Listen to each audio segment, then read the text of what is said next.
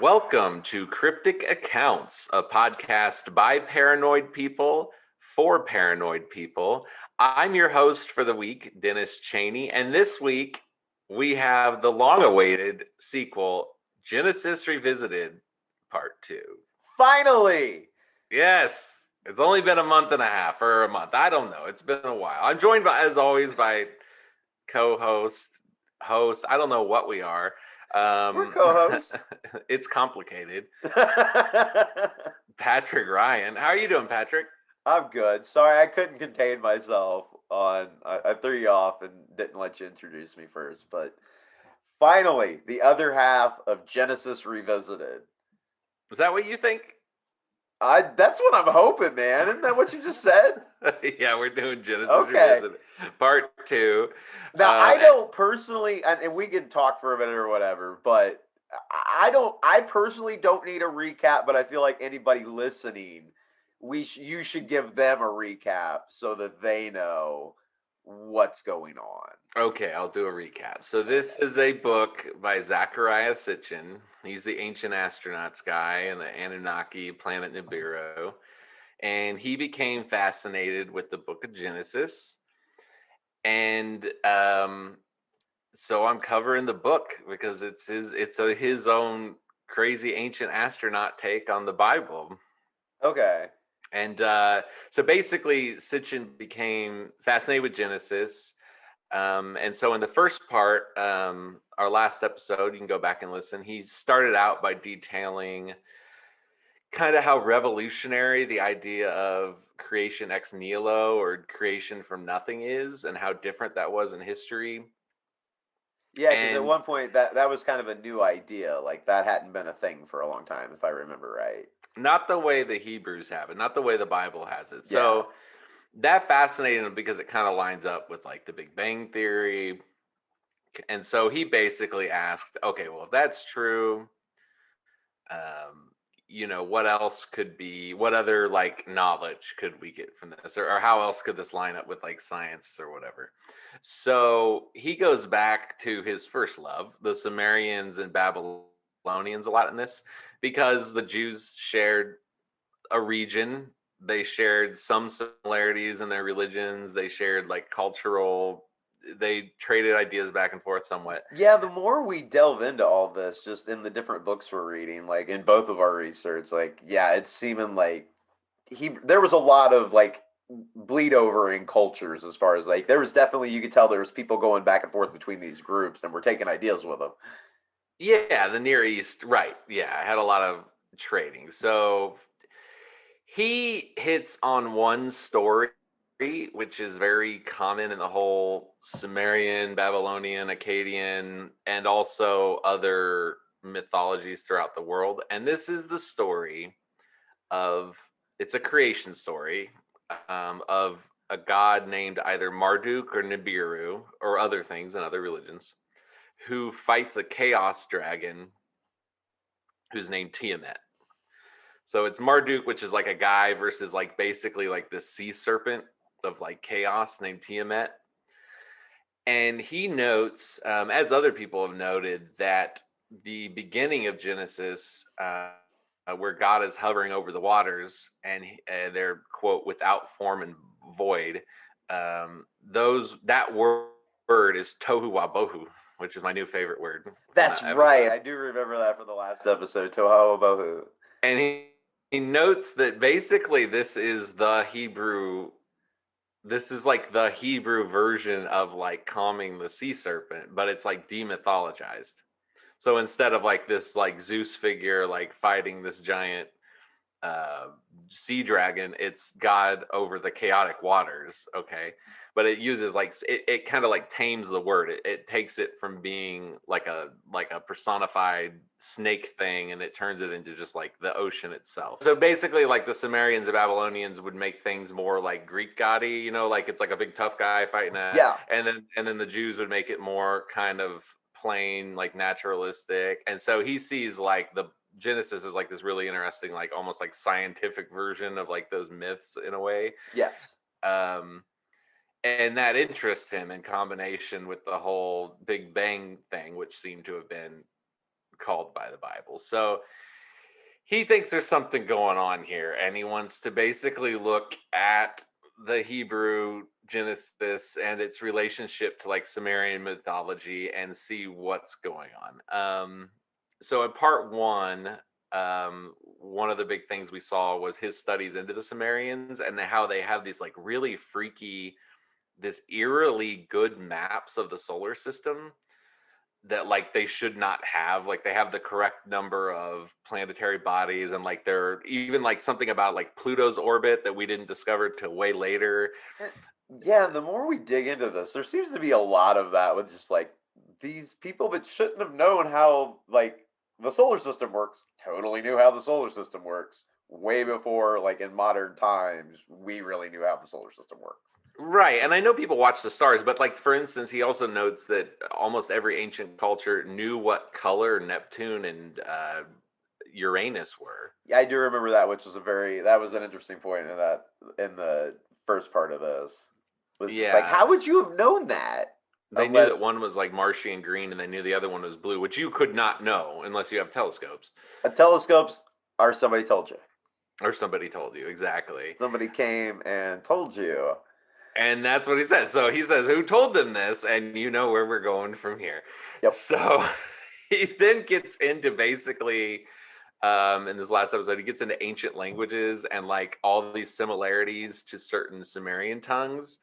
And so, like, for instance, the word earth or yord, or he went through this big list of like different languages and how like the word for earth is basically the same. It's like erd or earth or ert. It's like, and he mentions that the Sumerian word means base camp. So people call the earth base camp. And it's like, well, why would you like, who would, it's not a base camp, it's our home. So it's like somebody named it Base camp. base camp. And then um, he gets a lot into this god Inky, who we're gonna get really into this episode, Good. who who was an Anunnaki, which is the name for the Sumerian gods. We think of them as Nephilim. Me and you were kind of Yeah, I was comparing gonna say Nephilim. Watchers, Nephilim. It's Yes, beginning to all seem like these are the same beings. and Really. it's gonna get even more.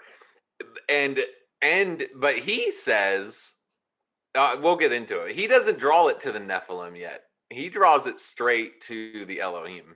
Man, I love the ways that this show has like just the weird stuff we've come across that has just slowly been tying together and weaving together just over the last year. Yeah, it is weird, man. And So most of it was not ever like we didn't go into any of it planning on like, well, this is got to relate to this in this way. Like, man, I thought Genesis Revisited. I got into Genesis Revisited. I thought I was going to do more like dinosaur stuff. I thought I was going to have like Jesus like riding on his dinosaur. I think I said that last. You know what I mean? Like I I didn't want that expect this at episode. all. It'll come. I am very excited we're back to this. Like, So, so I'll keep going. So yeah. so Sorry. Inky, the Anunnaki. No, you're good. Inky, the Anunnaki, or as we'd say, the Nephilim. He would say it's equivalent to basically God in the Bible. He was the Sumerian god of knowledge, fresh water, trickery, mischief, crafts, magic, Sounds like exorcism, a fallen angel to me. fertility, art, all the thing the Nephilim brought, Yep. basically. And he was a ruler, which they called the Anunnaki, of over men, space alien ruling over men. His name means ruler, and also oddly enough, his name means one who carves out or mines. So remember, Inky is one who mines, the ruler who mines. So putting all this together, basically the Anunnaki were using humans as slaves, and we'll Yeah. get into how that happened. Now, Inky told his slaves basically about the solar system, which is how the Sumerians learned all this stuff, and it got passed down to the Hebrews in the form of mythology, and then basically the Jews demythologized it. So, what's going on here? So to summarize up before we get going, there's this myth about the father god Nibiru fighting a chaos dragon Tiamat, This is where we left off, and more precisely, basically, in that myth, there's what's called the celestial battle, which is kind of alluded to in different places in the Bible. We think of it as a as the angels, as that battle. He says it's the same battle that the Sumerians were talking about, and that the idea is that Marduk or Nibiru fights this dragon Tiamat, slays him, rips her apart, and then uses like her skin to create the world. And where we left off last time is he finished explaining that myth that you use the ripped apart Tiamat to lay the foundations of the world. And he notes, this is our cliffhanger last episode, that the earth herself also appears to have been ripped apart in the past. Well, and I know we kind of got into it a little bit, but just while we're recapping, like Nibiru is also the name of the supposed mystical ninth planet that hasn't come around in a really long time, but last time it was here, it caused all kinds of destruction, and there's a whole episode that needs to be done on that at some point, at least one episode. This might be that episode. Oh, really? You don't know what I'm getting at. Yeah, we're gonna talk about how the Earth got cleaved in half. Basically, I'm so excited about all this, Dennis. I'm so glad you're doing this. So into the episode 2 now. So according to Sitchen, Sitchen says, according to ancient knowledge, Earth was not an original member of the solar system. It was the cleaved off half of a planet called Tiamat, she who bore them all. In the celestial battle that led to the creation of Earth, battle occurred several 100 million years after the solar system and the planets had already been created. Earth, as part of Tiamat, retained much of the water that Tiamat, the quote, watery monster, was known for. So one of the original planets was this Tiamat. Another one was Nibiru. And Tiamat, the big watery planet, and Nibiru had a meeting, basically, at a very we'll get into. Okay. So he points to the Mariana Trench as one example, and that is in the Pacific Ocean. It's the deepest. I believe it's either the deepest part of the ocean or it's one of the deepest. It goes down 124 miles deep off the Mariana Islands. And I put some pictures here of what Earth looks like, kind of without water. And I mean, whoa, that's Earth without water. Yeah, and there's even some more dramatic ones that are magnetic field. I think it doesn't help that in this picture that you're showing me, like they made it gray, so like it just looks completely dead. Well, it would be without water. You know what? That's a fair point, Dennis. We would look like the moon, and we might get. But it looks nothing like Earth. Like you can't see the continents really. Like I can't make anything out there really. Is that maybe Africa over there? I don't know. Yeah, you can't make it, but there's just massive holes everywhere. That kind of seems like Australia down there in the bottom right corner of it. But if you think about how deep so 124 miles, okay? So there's no mountain that high. So there's basically these holes in the earth that are miles and miles and miles. Yeah. You couldn't drive it in a couple hours. So. Well, those are mountains on the inner earth, Dennis. Obviously. Right. Yeah, I forgot about that. So those mountains got to come from somewhere. And we're going to actually get into where mountains come from right now. So this is weird. You seem to be like, I'm not reading ahead, I promise. I'm not looking at sent you these notes. So basically, so the Earth seems to have gone through some damage. And he talks about how, well, okay, he mentions the theory of plate tectonics, that there are these plates, and he accepts that. Okay, Sitchin's a smart guy.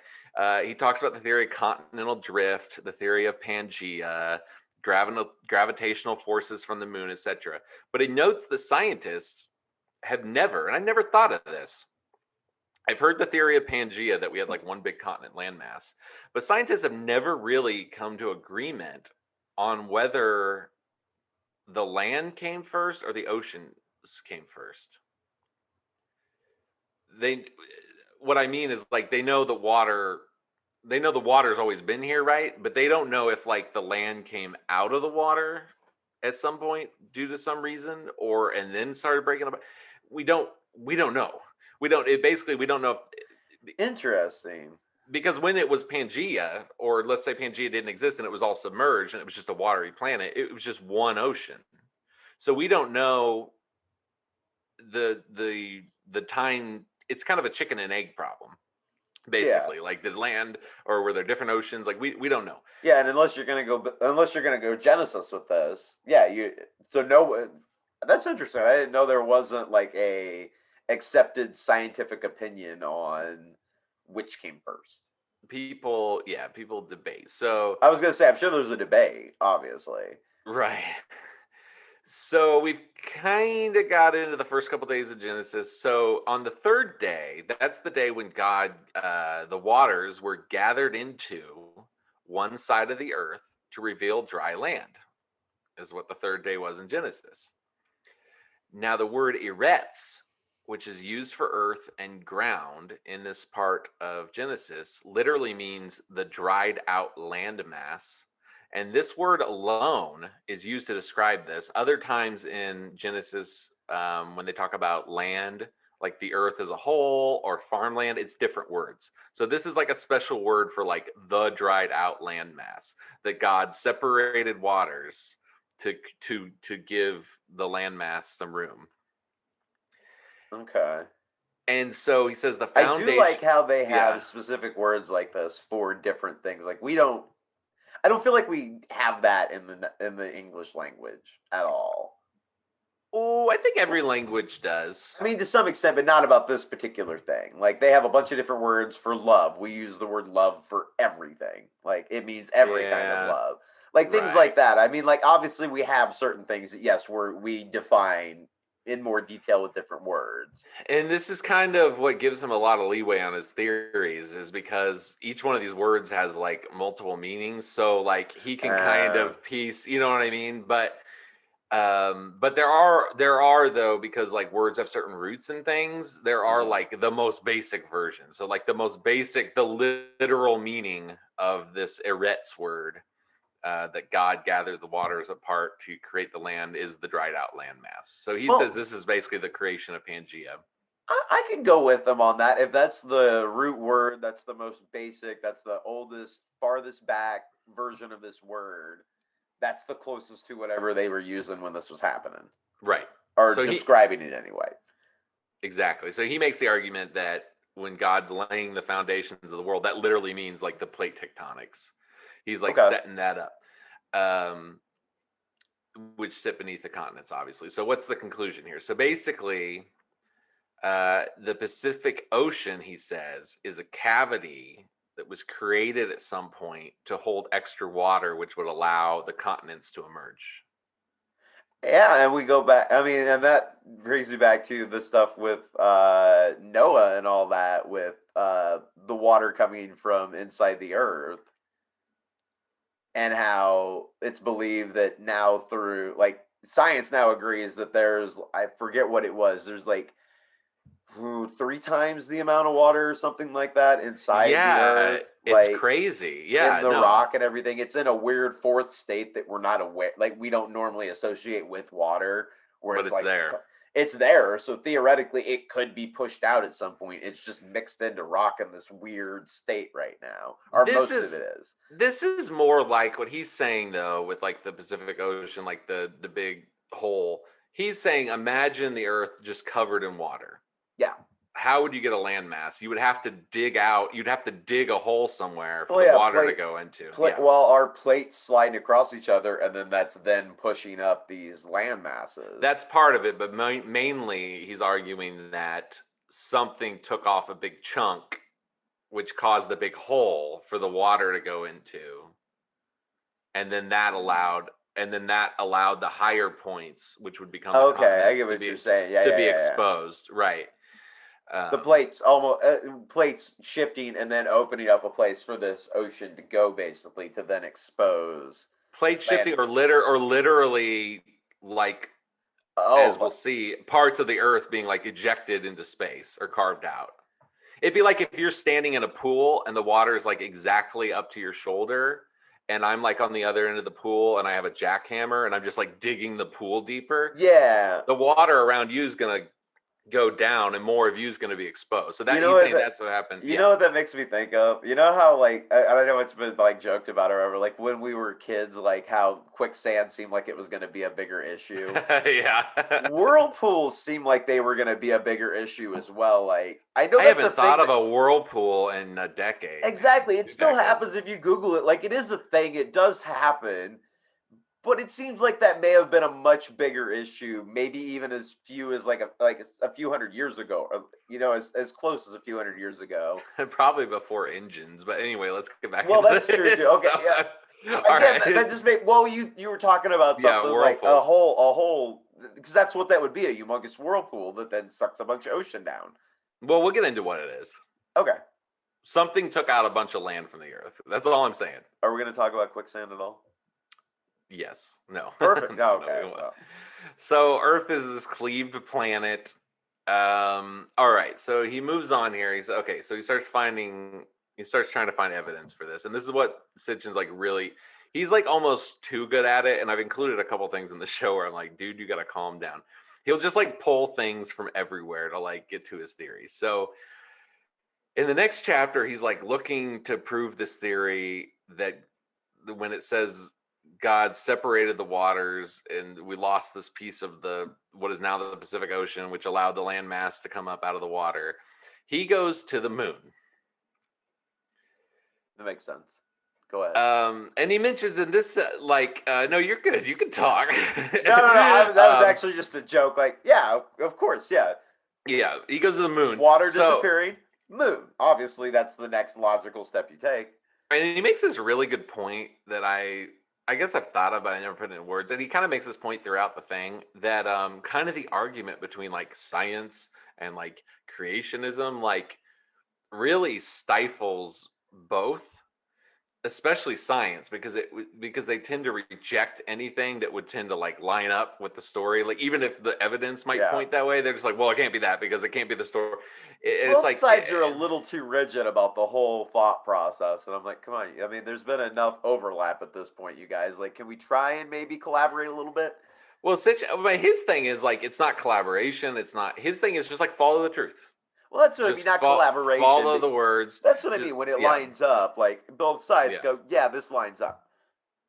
And that's what he's saying is it basically should line up. So uh, he starts with the tale of the Apollo 14 astronauts who discovered and brought back what came to be called the Genesis rock or the Genesis bean. It's more commonly called the Genesis bean. My bean, like a green bean.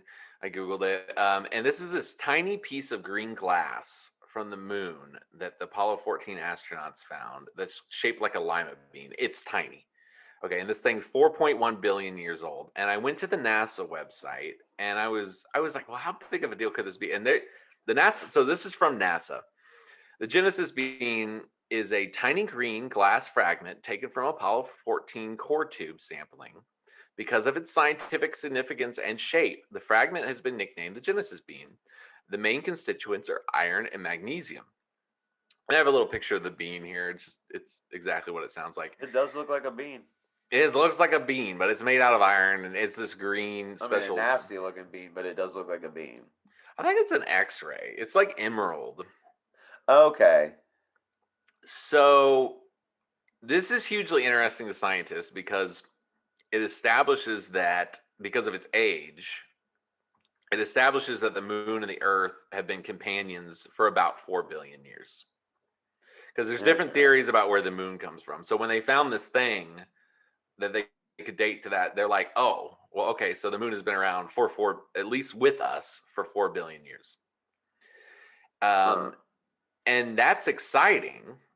I've never thought of this. So that's exciting for them to know because the longer that the moon has been with us, basically the more we can use the moon. This goes all over. I can't believe this goes all over the place. The longer the moon's been with us, the logic goes, the more we can use the moon to learn about Earth in the past. Okay. Because the Earth with its atmosphere and stuff like changes all the time, but the moon is going to be just like the Earth was Whatever basically. happened. Yeah. And so things about like the makeup of like its core or whatever. Just it's makeup. It can tell us stuff about what the Earth was like before we had like oceans and rain and all this crazy stuff we have that no one else has. Okay.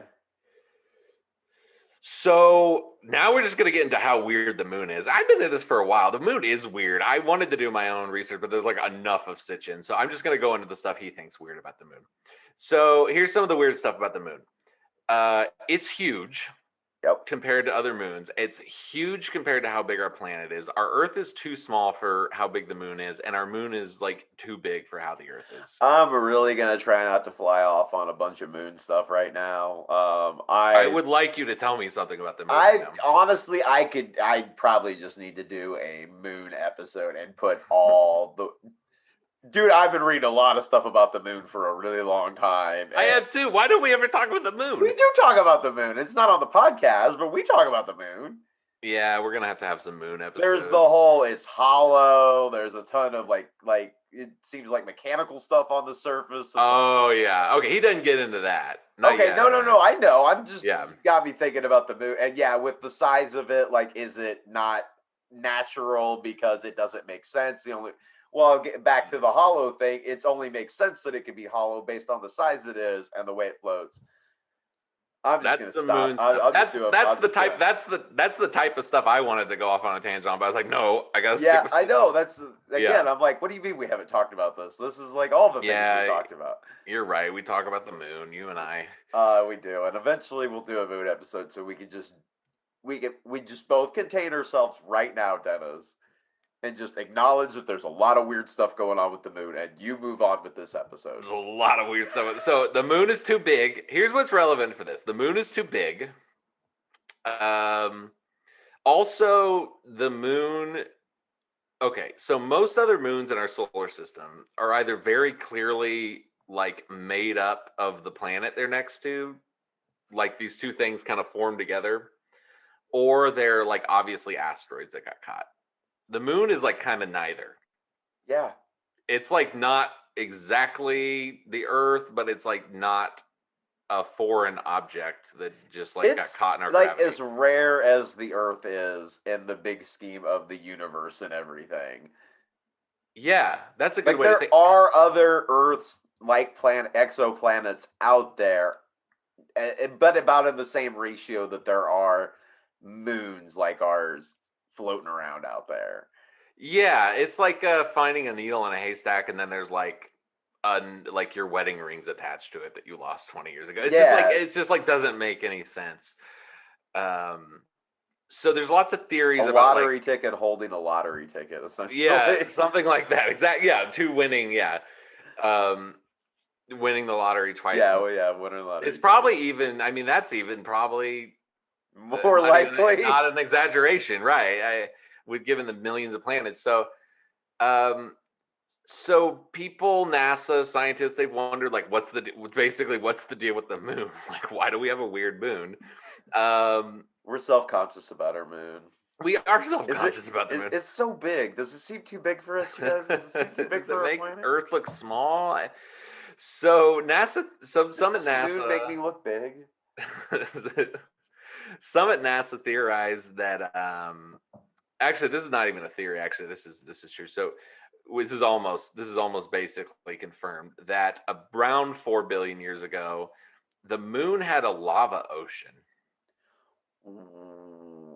What? And we can kind of tell this from like chemical analysis and like kind of just different. We could tell that it had like a lava ocean, not across like the whole thing, but it had like an ocean of magma at one point. Really? I have never heard that before.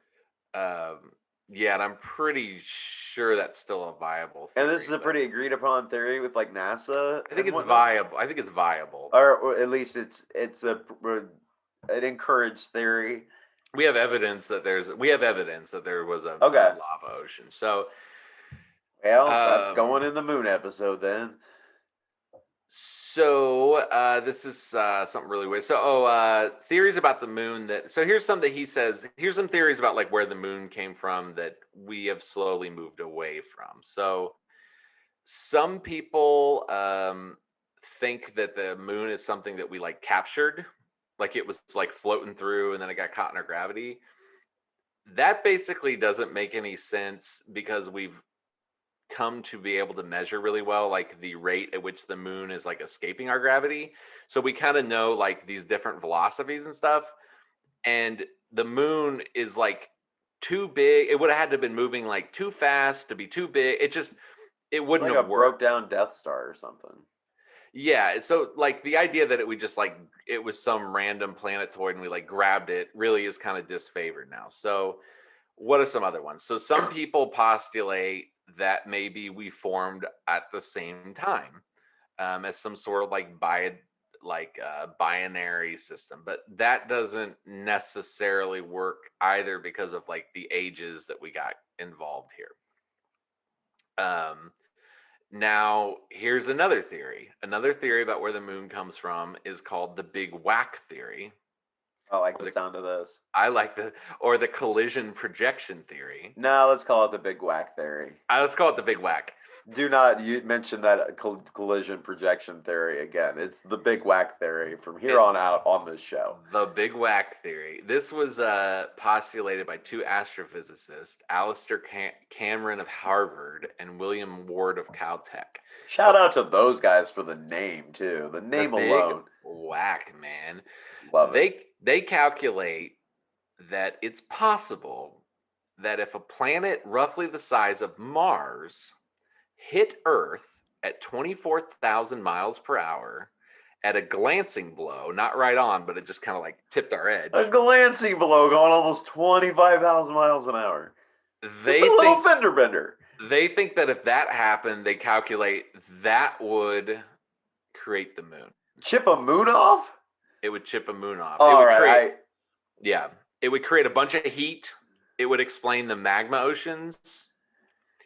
So it's like a chunk, and then eventually it spins. And I actually have a a picture here, and you might actually want to drag it down. So yeah, I see it. Drag it down because it's actually donut 6. that somebody took a bite out of.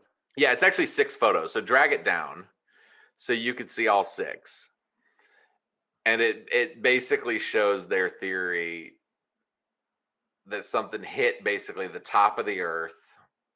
It caused this massive amount of heat and energy. Oh, there's a bunch of more pictures under here. That like melted like, I don't know, an eighth of the earth. Wait, okay, so this is obviously up on the YouTube thing, so we're gonna walk through this real quick, and I will try and explain it to help everybody out. So in the first picture, we've got a big donut and a little donut, and the little donut's in the top right hand corner. So that's Mars. Okay, no. It's a planet roughly the size of Mars. Oh, so this is an AWOL planet, like just from out of nowhere? Yeah, we're gonna get into that. So okay, I see where this is going. So is this possibly okay? So in slide 2, it's hitting us. In 3, it's melting us, and it now looks like some sort of a pot, basically. 4, everything's gone wrong and things are spilling out. Earth is messed up. 5, it's a donut with a top chunk of it taken out. We have a big chasm. And then 6 is just that's the moon. Okay, that's the moon that's left over from that. Yeah, this is in the Sumerian text, it turns out. Really? Or at least this is how he interprets it. Okay. So in their holy book, it says, the divine brothers banded together. They disturbed Tiamat as they surged back and forth. They were troubling the belly of Tiamat by their antics and the dwellings of heaven. Aspu the sun could not lessen their clamor.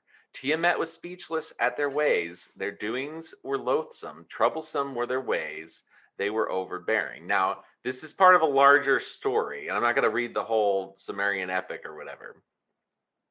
But it turns out, and we'll get into this here in a sec, that you might be wondering, where did this, because you yourself said this is Mars. Okay, it turns out that scientists are basically have been theorizing for a little bit now, that when the solar system first formed, it wasn't like the planets we know now kind of just forming in their orbits.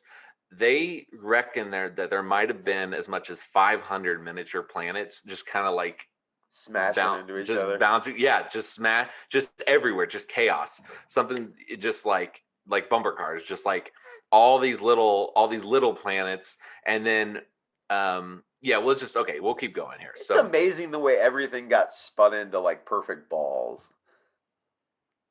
Like I know that's gravity working that's and everything, gravity. and I Yeah, understand that, but when you look out just around everything, like it's just I don't know.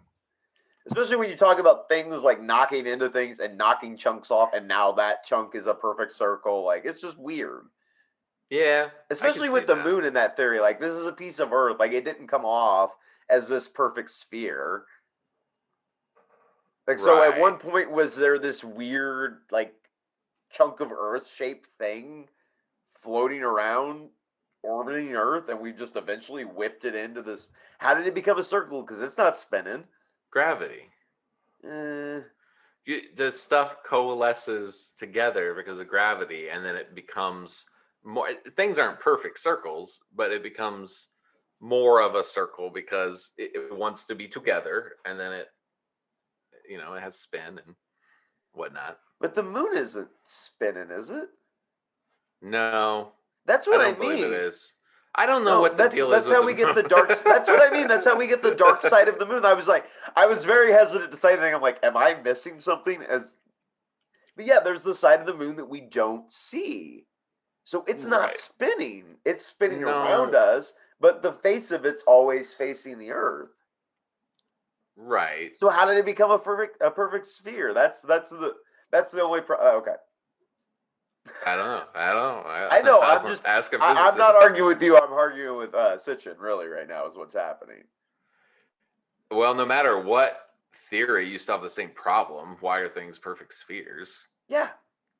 Well, it's probably because, well, anyway. So, I go back to I don't know back to the did we capture this from somewhere else? That seems. that's like almost impossible because it's too big. Uh, I'll save it for the moon episode. I don't want to. I don't want to. I don't want to. I don't want to derail Unless this. it's a spaceship and it just came and parked here. But so this is the Well, theory. This is the theory we're working with to compare to the Sumerians. Okay, the theory is something hit the Earth, or Tiamat, as we were when we were with our other half. Now, yeah. so George Wetherell of the Carnegie Institute basically is the one who theorized that our solar system started off with actually about 500 mini planets. And by his calculation, this would result in like regular collisions, which would create heat, which would explain the moon's molten core, or the our molten core, and the moon's magma oceans. And this is obviously before the time of any level of humans existing, right? This is like before caveman times. It Like, seems like, and I'm sure I'll mention this later, it seems like 4 billion years ago is about when stuff stabilized. okay. So Or there like, weren't any people standing around just watching this weird stuff zip around, more than likely. no, no, no, Because no, no, that no, would no. be terrifying. No, not at all. Nobody witnessed this. So, or Sitchin doesn't think anyone witnessed this. So, plus you'd probably die if Well, another yeah, planet. obviously they died, but okay, sorry, that was probably a silly thought. So we had the Weatherall theory, which is that you have to imagine our solar system maybe in a way you never thought of it, which is, when it first formed, it wasn't these nice little 9 or 10 planets or whatever. It was these 500 crazy mini planets. They hadn't set in their orbits yet. They're bouncing off each other, and then they get recaught by the sun. It's chaos. So Just a weird cosmic death match. pretty much, and that's the celestial battle. So, however, this does not explain everything that the scientists this theory about something the size of Mars hitting Earth explains a lot, but it doesn't explain basically everything. And so scientists from the 60s to 80s started bouncing around from like basically theory to theory. They kind of combined some of these theories into different hybrids. But one problem still remains: Earth too small, moon too big. People have thought maybe the moon's a collection of smaller moons. It's a big mess. So Sitchin says the answer is obvious. So he says basically that the ancient texts speak of divine brothers who were disturbed and troubled, surged back and forth in the heavens in the very zone where Tiamat was near, and near her belly. He uses the expression battle royale to describe the conflict between these brothers and sisters. The Sumerian narratives uses the very same word battle to describe what happened and recorded for all time the events of Genesis as, quote, the celestial battle. And we read in the ancient text that as the celestial disturbances increased, Tiamat brought forth her own, quote, host with which to, quote, do battle with the celestial brothers who were encroaching on her. All right. And then he goes into the quote from the Sumerian thing. I won't get into it. So just as modern astronomers are troubled by the disproportionate large size of the moon, so were the authors of the Enuma Elish, which is the Sumerian holy book. Putting words in the mouths of the other planets, they point to the expanding size and disturbing mass of a character called Kingu as their chief complaint. So these brothers that are these, think of the gods. The gods are just planets in this world. So you have all these brothers and sister gods that are like bouncing off each other, all this war. Tiamat is this big watery, chaotic planet. It's the watery sea dragon, and Tiamat basically starts to build our moon by a collection of smaller moons. And this is the character they call Kingu, who becomes kind of Tiamat's like right-hand man. If that makes sense. I mean,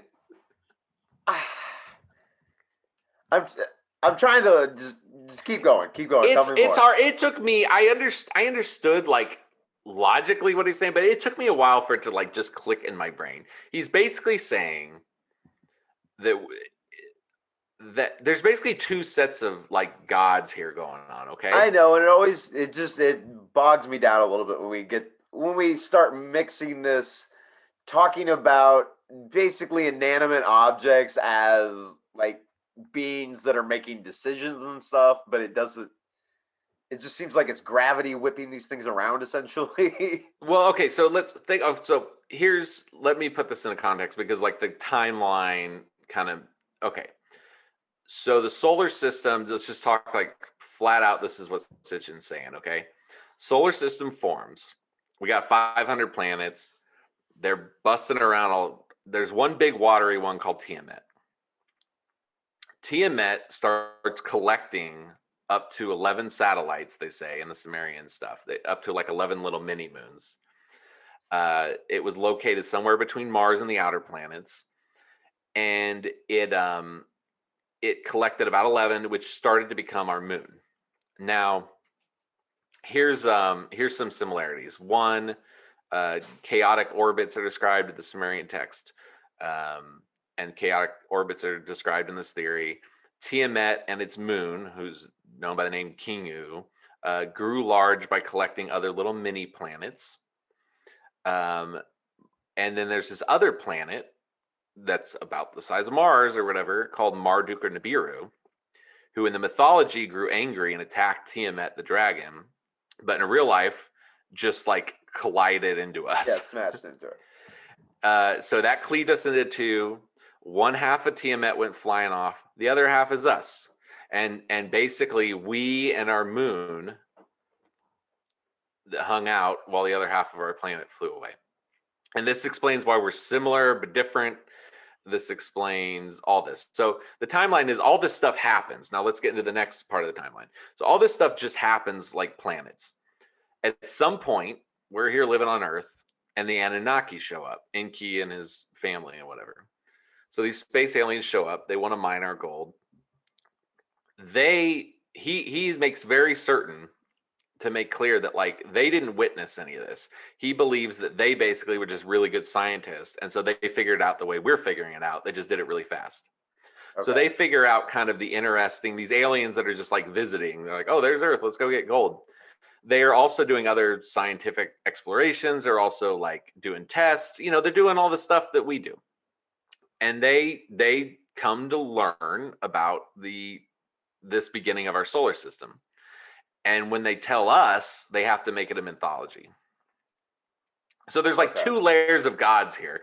So the space aliens are gods, and then like the planets themselves are gods. But the space aliens are making the planets gods in their story so that we understand like science stuff, basically. Okay, that helps. That was actually a very helpful breakdown of that part. That's what it took me a while. That's what it took me a while for that to click. That there's like humans, there's our alien overlords, and then there's them telling us about science, about planets, but they call the planets gods. So in our, so it, It's just a very condescending way they explained everything to us, is what I'm picking up. yeah, it is. They told us like a storybook version. So we have the gods. So we have the gods that were like physically with us, the Anunnaki, but then we have the gods that are like the celestial gods. So like we have two realms of gods, but really it's just aliens telling us about science, like the solar system. Is the idea? Yeah. Okay. Whoa. So we got through the first 3 days of Genesis. All right. It's been a rough ride. It took an episode and a half. We're gonna move. We're gonna move into people finally. Hey. Chapter 7, the seed of life. We finally get into the origin of life. We're done separating the waters. The land masses have come up, and now we're time to put life on this thing. Okay. According to the Sumerian myth, Nibiru brought life to Earth during the celestial battle. So in this collision, it somehow seeded life on Earth. Now, scientists say that the atmosphere of Earth had to be reformed at one point after a cataclysm event by a combination of different things, and they theorize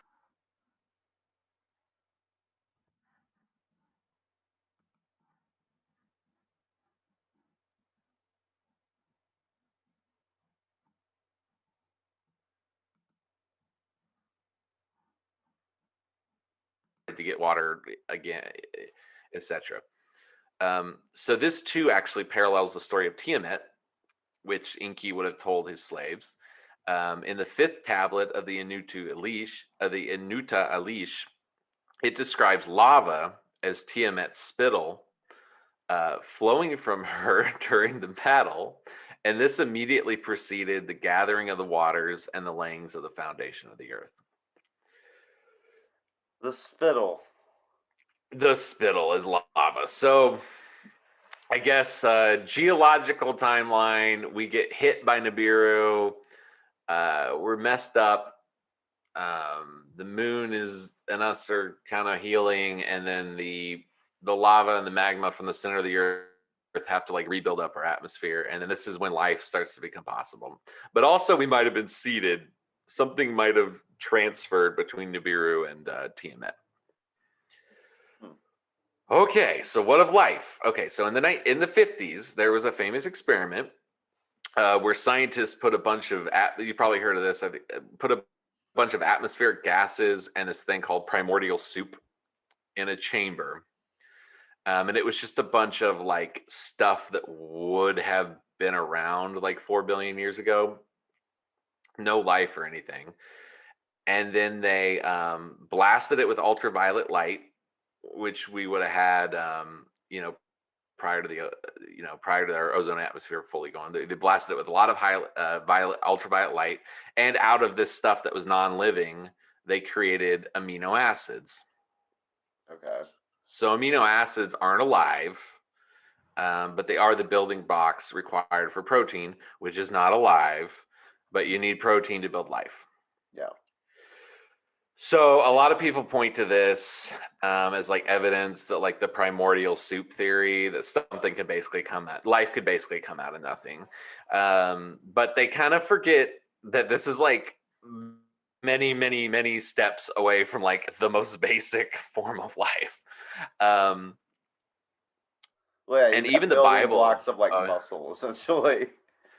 yeah, I mean it's not nothing, but I mean I'm also 80% water, so you wouldn't look at a lake and be like, oh look, it's part of life. You know what Yeah, I mean? it's almost people. Yeah, right, exactly. It's surely played like a role maybe, but it's not the whole thing. Yeah. And amino acids left on their own don't just become genes. There's so congrats, you got like one small piece of the puzzle.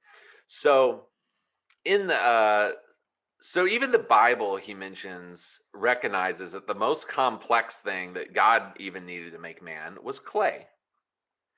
Um, and so, and this is true. I mean, like the Hebrews, I think we got into this a little bit in the first episode, but um, people back then, they weren't scientists, right? And we kind of like atheists and stuff kind of will diss on the Bible and stuff because they're like, oh, well, that's scientifically inaccurate. But what people forget was they weren't even really trying No. to give like a physical physics chemistry. They weren't even trying to do that. Yeah. So the Well, they weren't fact that aware of any of that, really. no, and but also but it's more complex than that, and you'll hear people argue this, and it's it's not just that they weren't aware of of scientific facts. They weren't even asking the same questions Yeah. we are. You know what I'm saying? Like they weren't asking questions like where did, the reason it's clay, well, we'll get into clay, but the clay is not supposed to be the interesting part. They're not interested in clay. When the Hebrews said man's made out of clay, they're not saying like, oh yeah, we can like prove that our skin's like clay. They're not doing like a Platonic or an Aristotle or a scientific thing. The clay is not an interesting part of the story. It's just clay. The interesting thing is the breath of life. They're asking a different question. So they're asking, they're basically asking, if we had to put it in our terms, like what is it? It's not, where do amino acids come from? It's like what gives cells the ability to grow, combine, replicate? What is that? And the answer to that, Sitchin says, is basically intelligence. It's code. It's genetic code. And Okay. that's something you can't get from blasting ultraviolet light at some primordial soup, or you know what I mean? And Yeah. so he says there's this connection between the language of genetics and what we might call the breath of life, because it's what makes ordinary matter like interesting, Yeah. Makes what makes it do the things it does, as far right? as It's interacting like with other things and developing. and itself, and yeah, exactly. um it's the code. It's the he would say that's akin to the breath of life, and that's fascinating to me because like if you think about it, like yeah, it's like I don't know, it's like code just doesn't come from anywhere. We're not getting into like creation stuff, so like um but it actually turns out there is something called the made of clay hypothesis that originated at NASA. Really? NASA researchers have actually theorized that ancient clay was a huge factor in the creation of life. For one, it contained trace metals that allowed that soup stuff to actually combine together and form something more complex. But more importantly, clay as a substance has the capacity that like rocks and water and stuff don't, to store and transfer energy because it's malleable, right? Yeah. It's yeah, and so it actually has this capacity that other things that are liquid or that are purely liquid or solid don't. Because it can hold other things within itself and kind of push things together. Yes, that otherwise would not be pushed together. Yeah, it wouldn't be hanging out together. Right.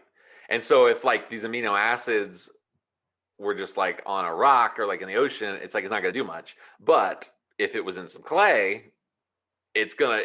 They call clay basically like a natural laboratory because it traps things and like forces them to interact. It's the petri dish of nature. It is basically that's what they've just. That's basically kind of what they discovered. So it's this other like weird example where like the language isn't the exact same, but like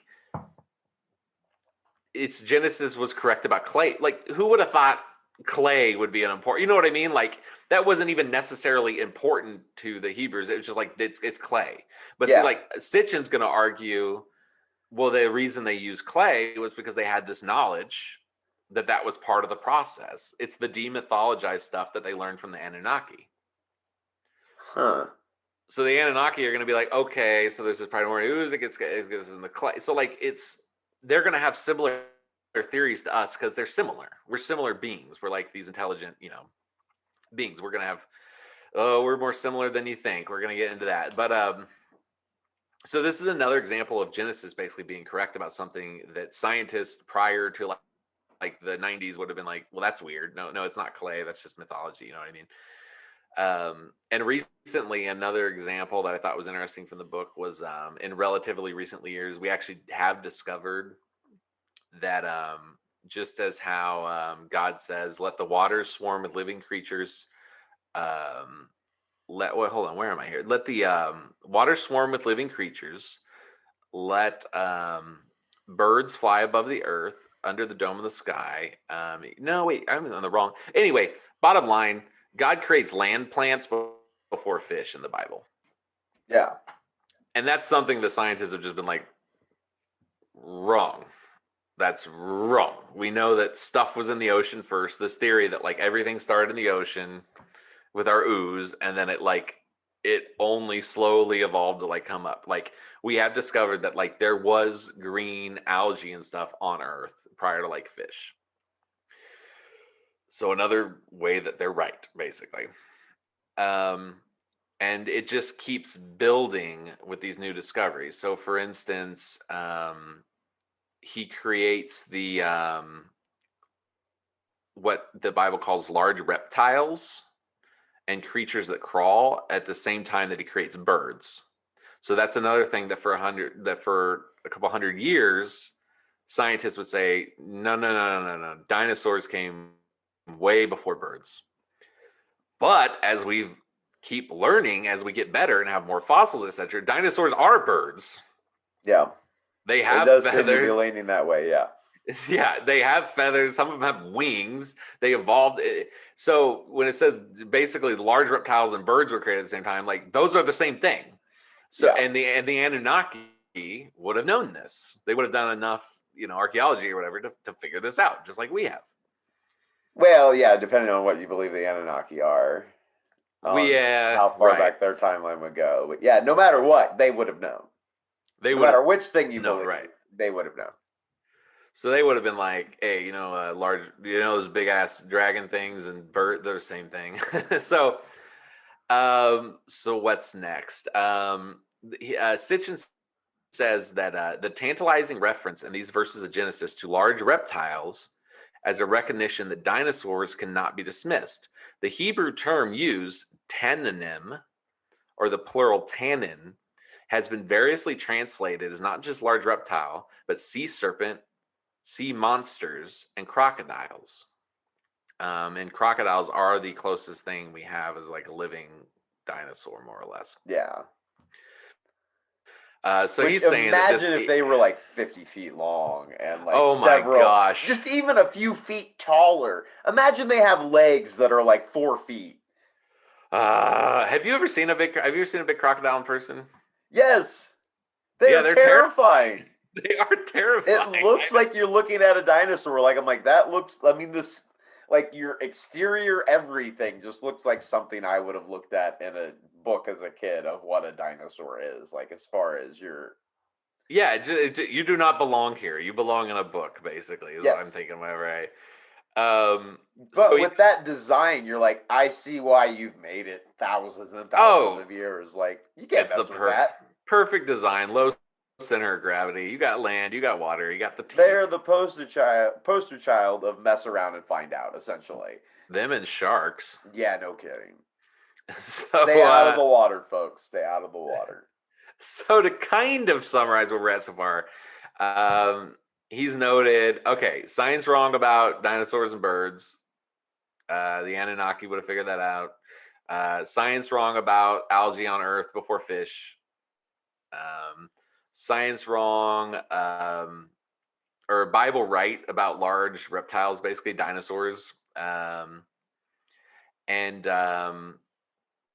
yeah, And so he also makes a pretty compelling case that what's basically being described here are what we think of as like the epochs of time, or like the periods, like the different periods of prehistoric history. Um, and remember again, I put this note in here just in case we forgot, but we've talked about it enough. This is not the Inky and the Anunnaki are not claiming to have witnessed this in his version of events. They're just really good scientists who figured this out and told us. So now let's get into the big one. We haven't gotten to the big one yet. We've done 5 days. We haven't done day 6. Okay. So we now have the creation of the earth and the celestial battle. We have all life coming forth except for humans. Yeah. All right. So he begins this by talking about like the immense complexity of life. As I said before, like an amino acid is not a person make or anywhere near even like our most basic bacteria. He mentions that like, we can talk about gaps in evolution between like this monkey, that ape, this thing, that thing, but really like the whole thing is a gigantic gap. It starts with a gap because the most basic single cell bacteria has over 4,000 different genes. Each one of those genes has like information in it. He notes that the earliest sign of photosynthesis is very close to after we healed up, so about 3.8 billion years ago. So this would have started like right away. So again, we keep bumping up against that 4 billion when we heal from like the big cataclysm. And then life got really complex really fast, because if something's complex enough to do photosynthesis, that's more than bacteria. You're talking algae at least, you know what I mean? You're starting to get to plants. So this didn't take a long time. Yeah. So enter exobiologist. And do you know what exobiologists are? Are they biologists of like other planets? Space stuff, yeah.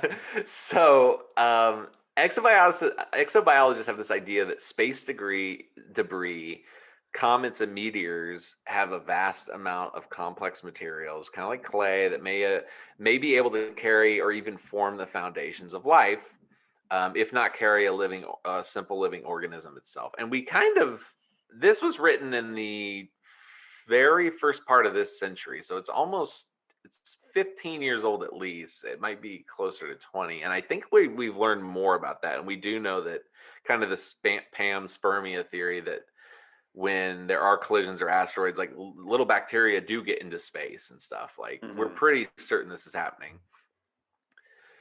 So life jumped up really fast. And now we're going to get to day 6, Adam the Slave Man. Chapter 8. So Sitchen talks about the fact that the word for God in the first chapter of Genesis, Elohim, is actually a plural word in Hebrew that we translate as Lord, God. It literally means the lofty ones. It's a plural word. And some actually have mentioned that the first line of Genesis should read, in the beginning, the gods. And why did they create? Adam actually, oddly enough, translates to the Adam, the man. It's not and in fact, the name for Adam doesn't become a name until we get into like the Abraham parts of the Bible. It's a man until we get to Abraham. Wow, I didn't know that. That's interesting. Yeah, it is. So we have the lofty ones making the man. And why did they do this? Well, he says it's very simple. Genesis 2:5. The Lord God, or the lofty ones, had not caused it to rain upon the earth, and there was not a man to till the ground. So we were created to till the ground. We were created to work. Whew. The lofty ones created the man to do their work. He then mentions that, and everyone knows this, or most people have read the Bible, There's actually two creation accounts. What some people consider contradictory, other can harmonize them. Others say, I don't know. Chapter 2 of Genesis describes the creation of man, and also chapter 7. So for those unfamiliar, here's the two accounts. In chapter 2, God creates them, quote, male and female. And then in the other one, chapter 7, he creates Adam, or actually, I might have these reversed. But anyway, in the other one, he creates Adam first alone, and then famously puts him to sleep, takes out his rib, and makes Eve out of his rib. So some people consider this like a contradiction. Like, hold on, you said you made a man and woman together, and then you said that you made Adam. Yeah, actually, I think chapter 2 is the rib one. The first Yeah. story is the rib one, and then chapter 7 it retells it and it says it made man and woman together. So how do we reconcile this? Well, Patrick, I hope. Do you have some gas in the tank? Because buckle up, buddy. Oh yeah, I'm ready to go. You've got me on Okay, this. I hope you're not getting ready to drop off now. Like, explain. we're going to Sitchen is going to explain the contradiction between the two Genesis accounts, Okay. and we're going to go deep into his Sumerian research. Okay. Um, so after the Anunnaki came to Earth, and this is just I'm just going to give you his summary of his research. After the Anunnaki came to Earth to mine our gold, the quote, rank and file astronauts rebelled against their commanders due to labor conditions. They're mining gold in Africa. It's hot. They're mad. They're on a different planet. They don't want to be mining your gold.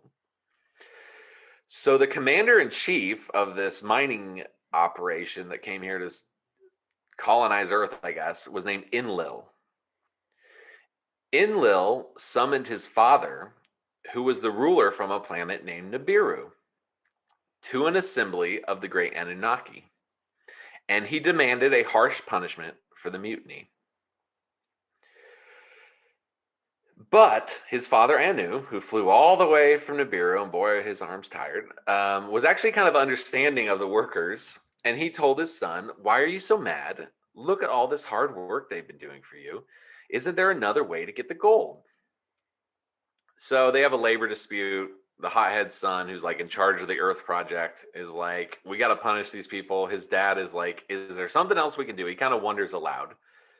In steps Inky. And Inky is Enlil's half brother. They both share the same father. They're both sons of Anu, the king of Nibiru. Okay. But Enlil's more of like a hothead, like warrior, like leader type, and Inky's like the lead scientist. So Sitchin believes that Inky was like there to basically he was like, his thing was science. He's the Jeff Goldblum in the story. Okay. So his father and his brother are arguing about like, what are we going to do about this gold? And Inky pipes up and he's like, I got an idea. He's like, let's create. And the word in the word in Sumerian is Adamu, Oh my God. Wow. All right. which is basically a primitive slave force. Now, Cool. this idea was a good one because they're like, oh, that's actually a great idea. Let's create a slave force. But there's some issues with that. I mean, number one, we got to find an animal on this dumb Earth planet that's like smart enough to use tools. We don't see any of those. And as the Sumerian text put it, Inky responded with, quote, "The creature whose name you uttered, it exists. All you have to do," he added, "is to bind upon it the image of the gods." Hmm. And so he's talking about cave people or like monkey men, and Yeah. he's saying they got the hands, they can use the tools, they just don't have our intelligence, which he refers to as the image of the gods or the image of the Anunnaki. So he's saying we got to find a way to put our brain inside that monkey. Okay. So no, am I depressing you? Is this depressing? No, I just You're not as chatty Cathy as you were. you know what? I was, and man, you've got me to the point where there's just so much spinning around right now. Like I'm taking it in right now. Okay, all right, all right. You're So he good. Keep going. Like there's a lot going on. I'm just not sure what to say yet. You rendered me speechless, Dennis. So Inky pitches the human project. He's like, we already have the Earth project. Let's do the Monkey Man project. Now, again, Adam in Hebrew translates to the Adam. It's kind of equivalent, he says, to Adamu, which is kind of Yeah, freaky, actually. it's very freaky. I'm kind of figuring out how. I'm taking stock of everything right now. But don't like this is like I don't want you to like lose your faith. Like they they think that like aliens maybe ad- keep in mind they both mean man. Yeah. Okay, No, this so isn't like earth shattering like that in any way. it's a lot. It's just a lot to take in, and this is the first time hearing about this, so I'm just really, This it's a I'm lot, just man. letting you tell me so I don't say anything, but just keep going. Okay, so they're like, "How are we gonna do this?" He's like, "I got just the right creature. It's this monkey guy over here. He's over here banging rocks and stuff. He's got hands. We just got to put our intelligence in him." So one of the Sumerian terms for man is actually also lu, which interestingly means worker or servant. Um, I don't like that either. no, and both this and Adamu literally translate into something like the Earthling, which is really weird. And that Uh, might be Sitchin's like space spin on it, but like it means like the person from Earth, basically. yeah, So he I pitches don't it. like that we're specifying that. No. Because if we were making that term about ourselves, why would we specify that? And that's where I would have to get deeper into the linguistics, and we're not done with Sitchin yet. Believe me, I'm gonna probably do the 12th planet eventually. Well, I want to like really cross reference this with some stuff. I want to like really be like, okay, when he says it means the Earthling, like what oh yeah, I exactly feel like does these that mean? episodes are getting some heavy callbacks in later episodes for both Yeah, of us. this kind of has to be dealt with. So this just basically began the 8 people project. They're just like, let's go find some 8 people. Let's just start the experiments because they didn't know how they're going to do this. I mean, like you try to put your brain in a chimpanzee, like yeah, I don't know. So they're I feel like smart. we're getting close.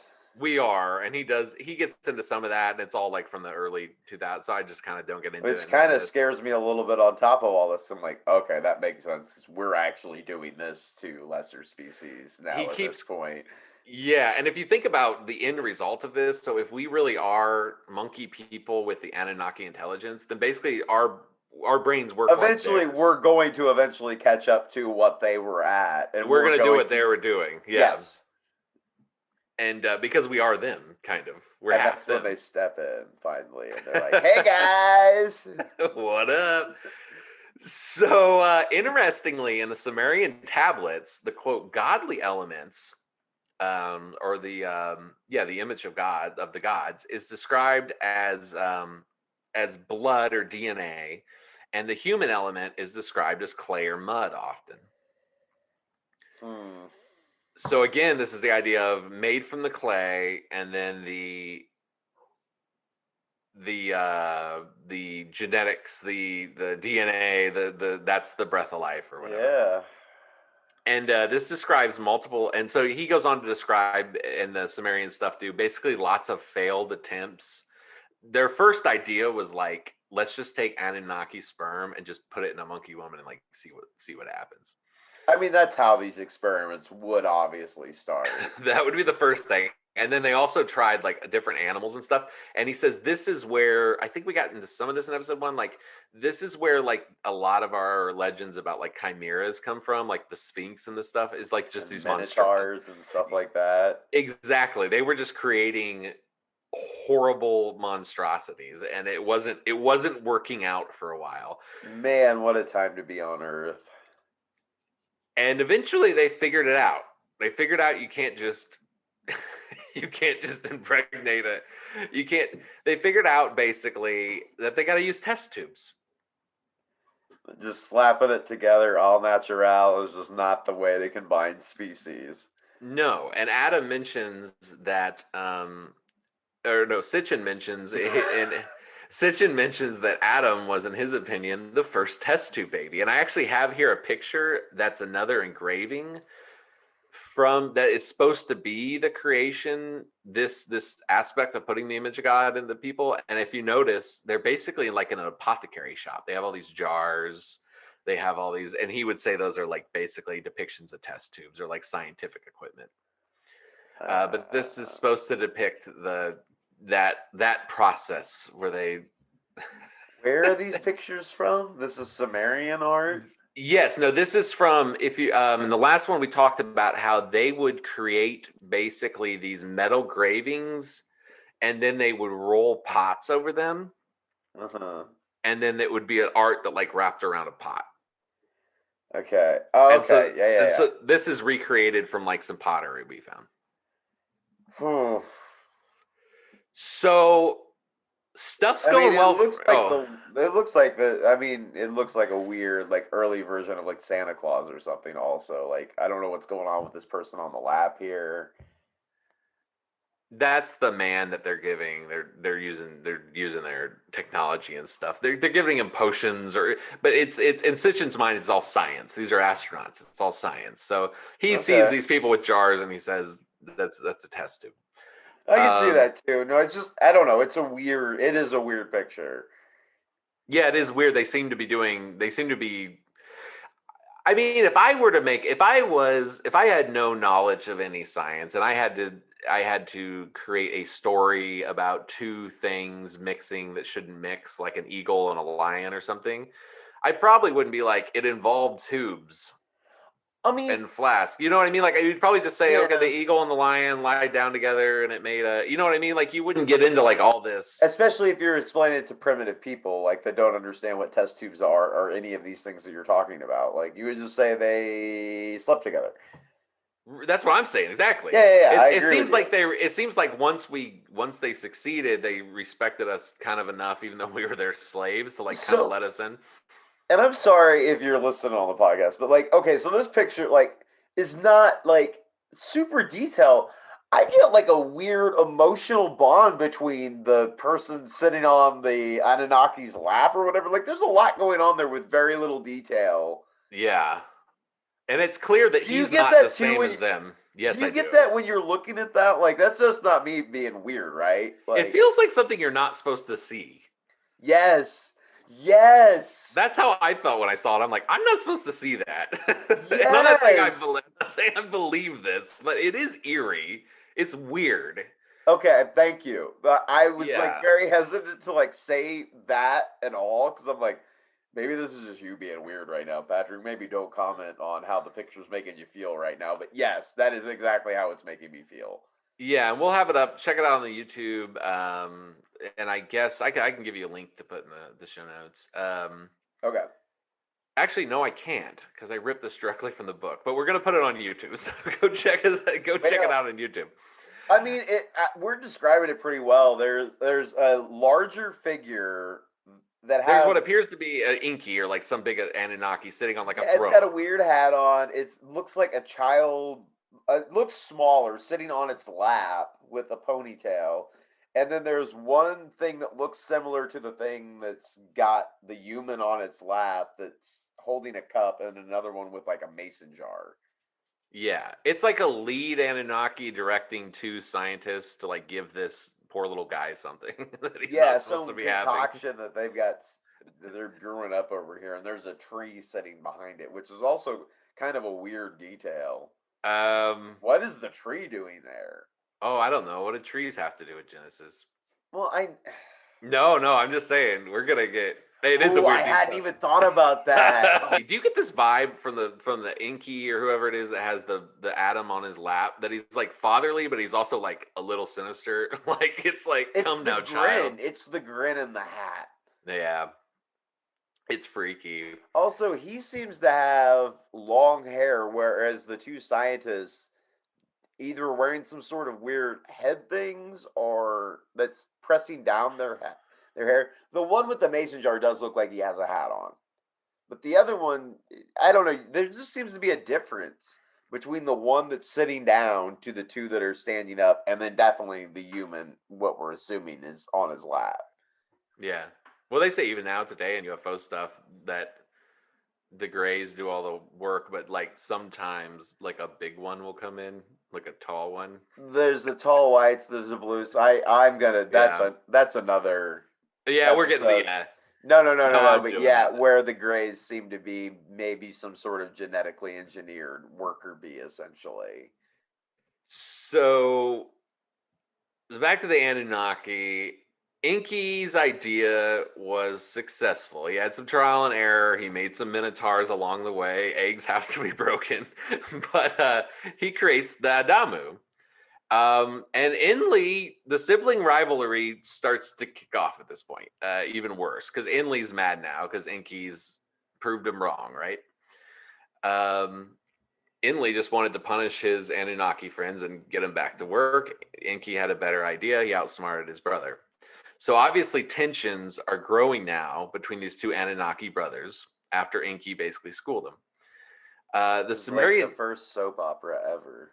This is lit. I was gonna tell you we should include like the Anunnaki soap opera in the title of this episode because it is, and yeah, well, it gets more soap opera-y. So I the could make that be in the title of this episode.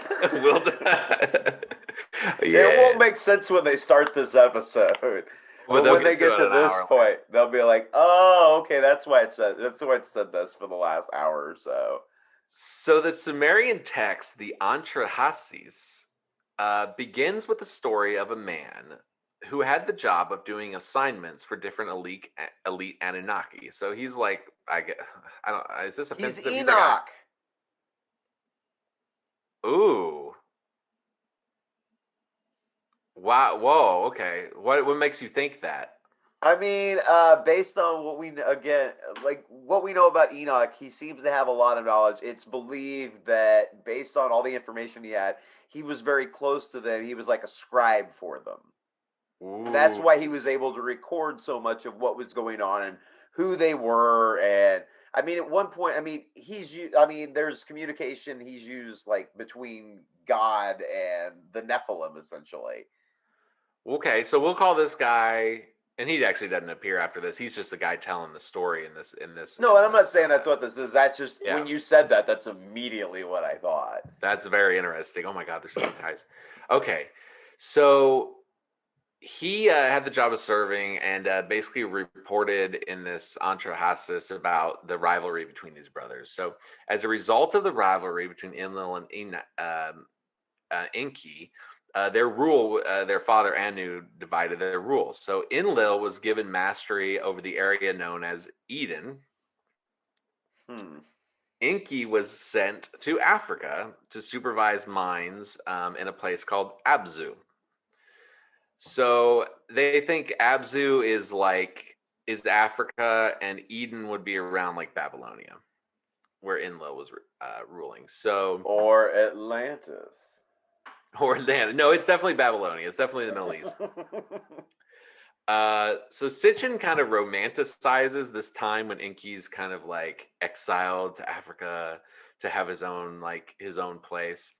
And as a scientist, he imagines Enki like exploring the jungles on his days off and like looking at all the fauna and like coming up with all these theories he would later tell the humans about like the seed of life and the I want to be honest. This stars. sounds amazing.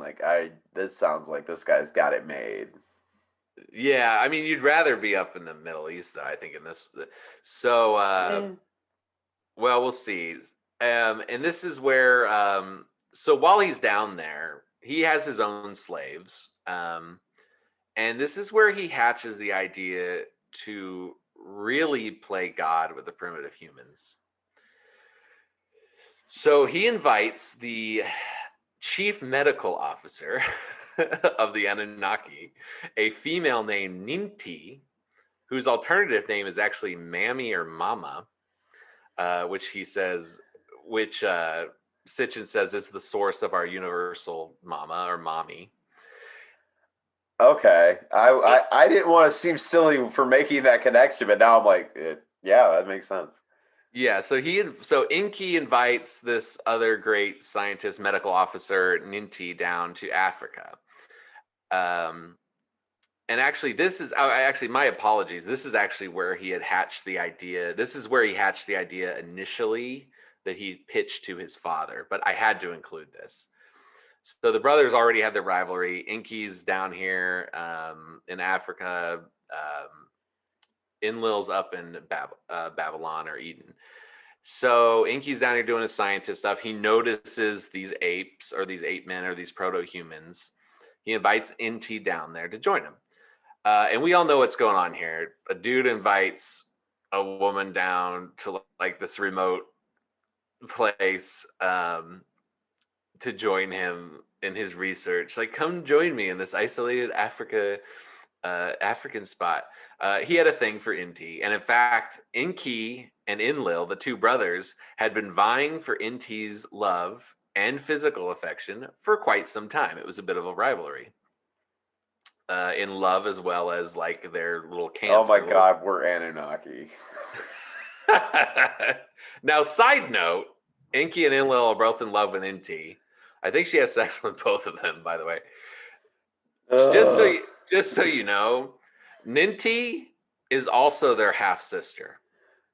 Of course she is, based on the time that we're in right now. Of course they're all related. That makes sense. They're all related to Anu, but they have 3 different moms, which is the way the Anunnaki roll. With a lot of sister wives, apparently. All right. Yeah, and this is the way the Anunnaki handed down power. So they had a lot of different. I guess you had a lot of different mistresses if you're kings, or a lot of different wives or something. Concubines, yeah. Yeah, but if 2 of your children from different mothers got together, that would cement their role in like replacing you if you ever. Well, see what I'm saying? That is the weirdest, nastiest tradition I've ever heard. Yeah. Like, let's encourage. I mean, it's just an encouragement on incest, which I get based on, I guess, where things were. I thought I was going to find a way to kind of justify. I don't know, man. It is what it is. That's what they were doing back then. So cool. So this is kind of a love story. So Inky's down here. Inky's down here with his monkey people, and he's like, I bet I could make them smart. So he invites Inti down to help him with his research during this period, and together of course they hook up while they're down there. Oh, a lot. Yeah. Yeah. So they get together, they create all these monstrosities, and eventually they get to work trying to combine their intelligence, and they're successful, as I've already said. I just had to include the fact that there was a literal soap opera in this between a sister and 2 brothers. I would have never guessed any of that at all. Just wow. All right. Yeah. and as part of his Inky's instructions to Inti, as part of the scientific process to like make this, it involves clay, which is another callback. So Sitchen notes that clay, actually though, clay is one of those words that has multiple different meanings. It you saved that till now, did you? In Sumerian, it's Tiit, Tiit, and it means that which gives life, and includes in its definition clay and mud, but also eggs. So when Inky gives Ninti instructions on where to go to start making humans, he tells her to go to Africa and collect eggs, collect the clay. So he's telling her to extract eggs from the monkey females, basically. Okay. That which creates life. He's saying go to this area where this population of this creature is, extract their reproductive stuff. So, oh wow! And this was located, according to Sumerian legend, in Southeast Africa, around the place where they say that humans came out of. And the text goes on in his translation. It goes on to describe basically the creation of a test tube baby, which they called a molded egg. A molded egg. Using the eggs collected from the human monkey people females, and the life essence of genes of an alien father. Now through experimentation, they found that the first ones didn't catch on. So they tried to put the embryos back into the human mothers, and this didn't work. So they had one last ditch effort. They're doing a good job at getting this artificial insemination in these tubes. They just can't get a mother to bring it to term Okay. because they keep putting it back in the human mom. And so Inky gets the idea, let's put it in an Anunnaki. It's half us, it's half them. Let's have an Anunnaki have the baby, which is actually kind of monstrous when you think about it. Because when you think about making like a human animal chimera, you usually think of like the pig has something with like a baby pig with like a human ear or something. You don't think about a Yeah. human having to give birth to a pig. Like this was a big deal. Like we don't mess with these monkey creatures like that, right? But they theorize like maybe that's what it's going to take because the earthling monkey women can't So bring it they to had a term. line, they decided to cross it. They decided to cross it. And who did Inky volunteer on this expedition? His sister, probably. No, not his true love, Inti. He volunteered his wife. He's been married this whole time. Oh, okay. Well, there's another. Okay. Inky is married to Ninki, who he volunteered to have I the don't monkey want to baby. get. I don't want to get sidetracked too far. But where has the wife been this entire story? Like she's been in Africa.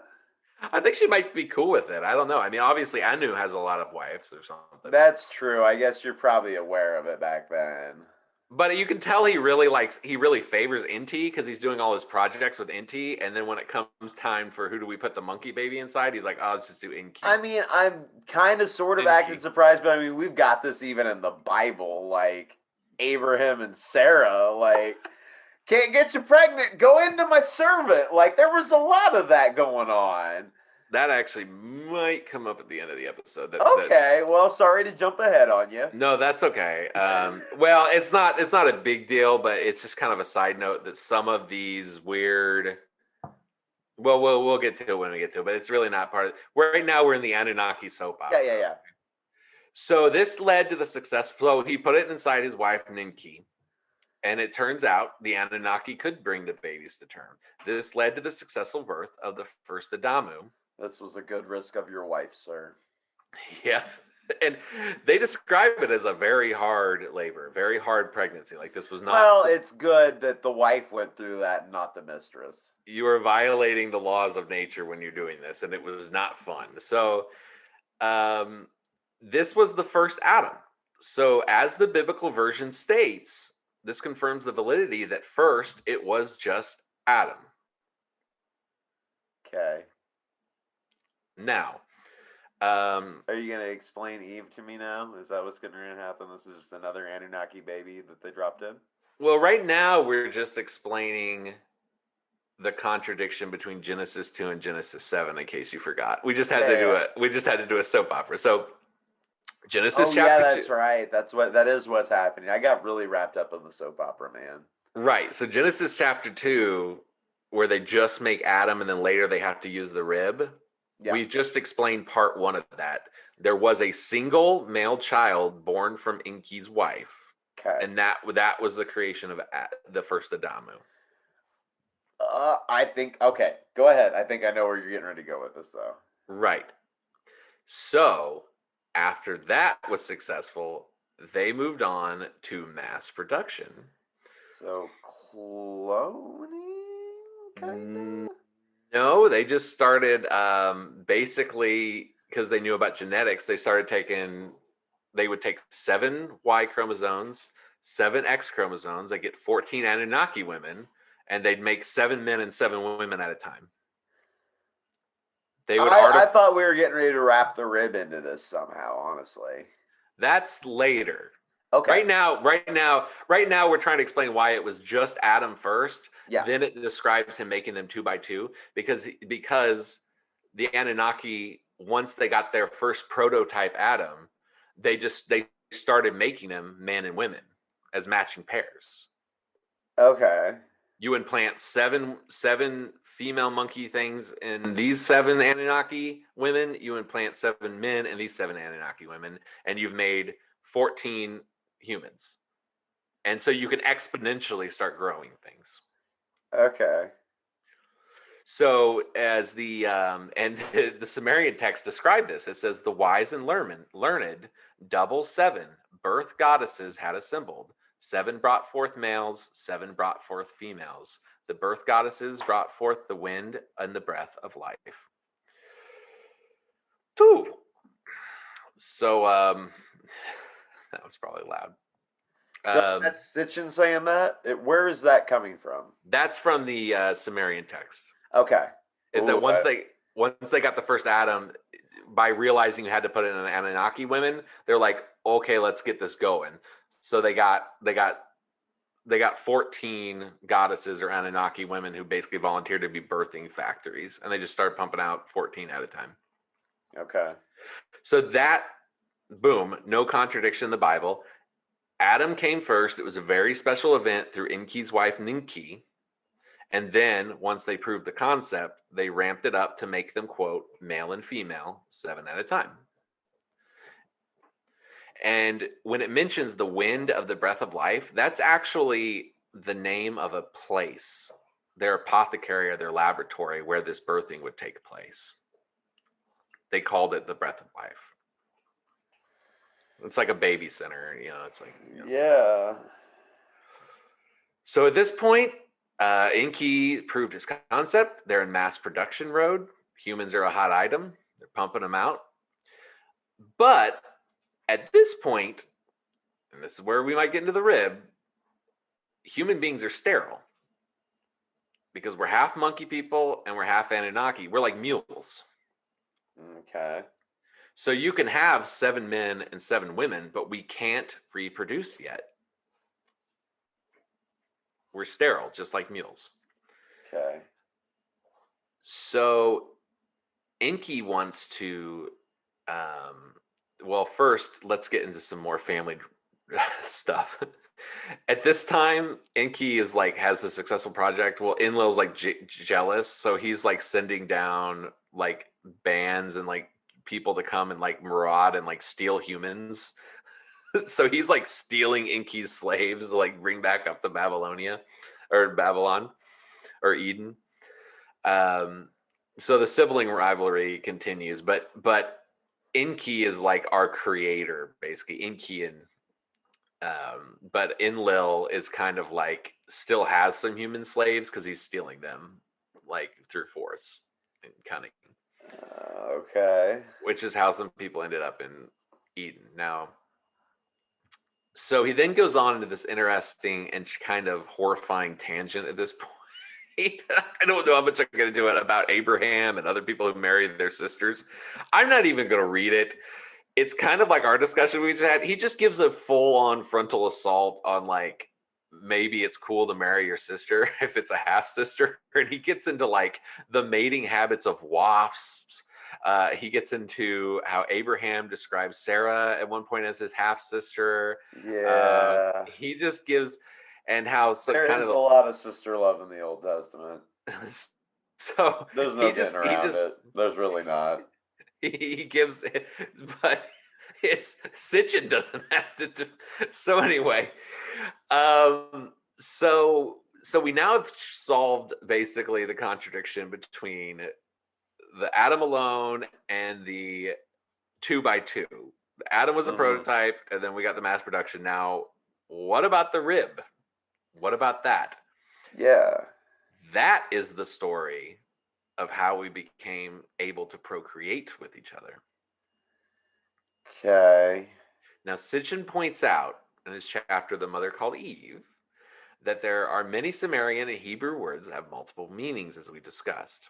Yeah. So, for instance, in Sodom and Gomorrah, I found this interesting. He points out that when Lot's wife was turned into, quote, a pillar of salt, that same word actually means salt and vapor, which would make sense if you're like ever at the ocean.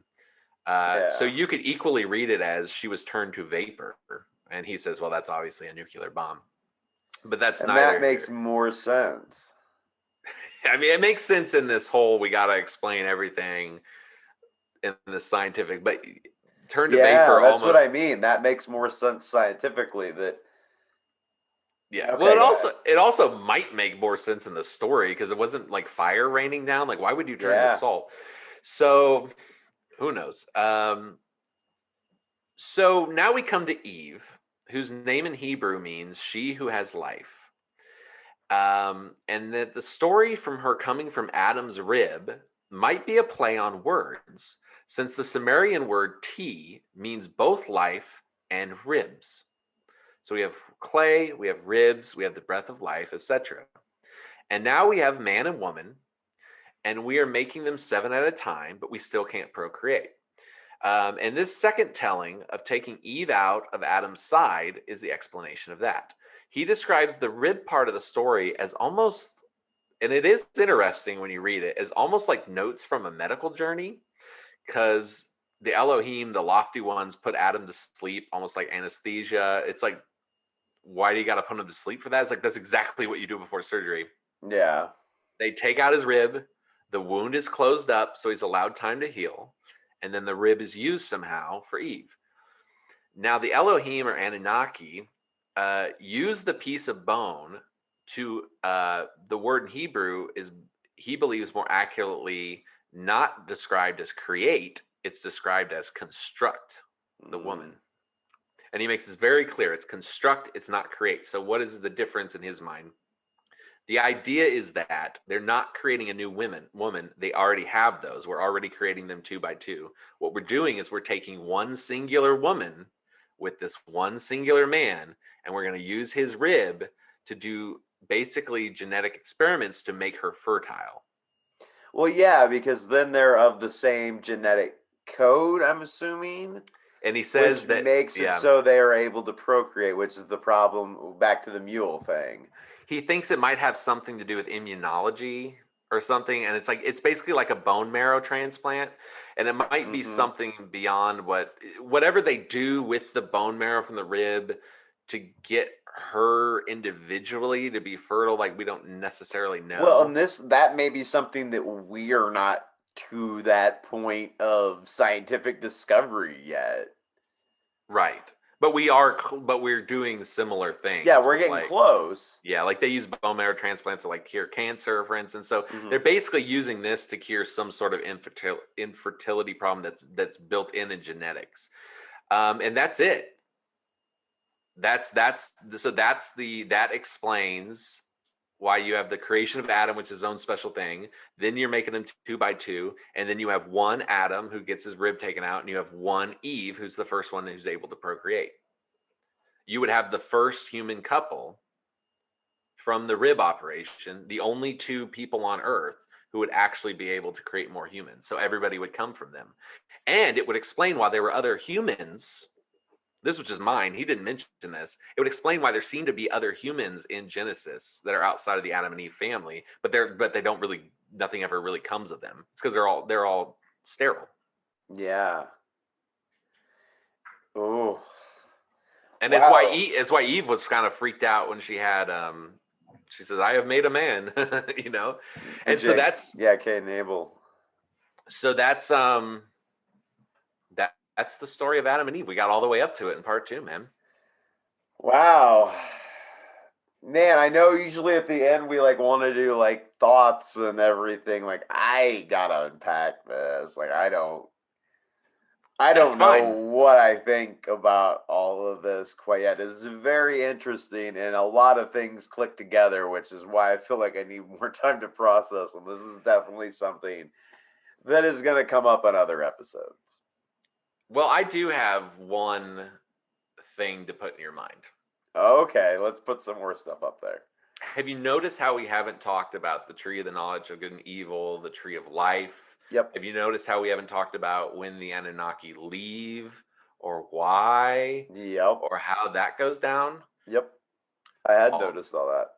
that's because there's 120 pages left, and all that and more in part 3 of Cryptic Accounts Does Genesis Revisited, coming soon to a podcast provider to you. Yeah, I'm doing a part. This is a trilogy. I Oh couldn't help man, it. It's too much, man. I I see couldn't. that. I don't even know how long this one's gone, but it's, yeah. So we're gonna have a part 3 that gets into all This that. is a longie for you. I can tell you that right now, based on how long we've been going. Like this is a Yeah, longie for. This is probably an average for me. I don't know the count yet. we're But about 2/3 through the source material, so there's a lot coming up, and I kind of peeked ahead, and I'm super pumped for the fall, man, and the I'm liking this. I'm glad I don't Mandalorian. have to have a full opinion yet of any kind. Because I don't. Like, wow. I don't either. Ooh, boy. My opinion is I don't believe, as a matter of faith, I don't believe this is what went down. But I mean, Well, I'm trying it's pretty to. fascinating. I'm kind of taking everything in and kind of processing it as what actually is the thing. Like, I'm not obviously just going to take all this as gospel. Just Oh whatever. yeah. I got to figure out how all this lines up with everything else, and I look forward to a part 3 though, and some more information for me to further process. Yeah, for part 1 was creation, was just like what's going on. This one we covered creation of the earth all the way up through man who could reproduce. So yeah, I'm excited to see the rest of it. Yeah, now we got to find out what happened to the Anunnaki. So I know, I don't know what's going on. I don't know where they went or why they. Oh, keep anyway, all right. listening, and maybe a month before Dennis's gives us a payoff on this. So It might be. It might be. All right, like, share, subscribe. I hope you all enjoyed. I'm having a lot of fun with this series, so we yes, might do it sooner rather than later. Thank you, Patrick. I'm sorry for giving you a hard time early on in the thing. I just knew how much we had to get through. I was oh like, this yeah, is never going to end. Oh my it was lord. great. All right, we love you all. Please share this or another episode that you like. Please subscribe if you're a podcast listener. I know you use YouTube. Don't lie to me. Get on YouTube, like our channel there as well to support us. And if you're one of these people who are watching us on YouTube, get your phone, like us on. Do both. Just do both. Yes, please It'll help us out. subscribe, like, write a review, both places, all the places. We appreciate it. Whether you're listening on Spotify or whatever, there's a bunch of different outlets now. Whatever you're doing it on, do it on a couple other places too, and just help us out. We appreciate it. And I don't want to come down on you. We appreciate what you're doing. We're very We happy. do appreciate it. We love you all. Please protect yourself from the Anunnaki. Well, Yes. no, it. Oh, love you, Patrick. Love you, Dennis. Bye. Bye.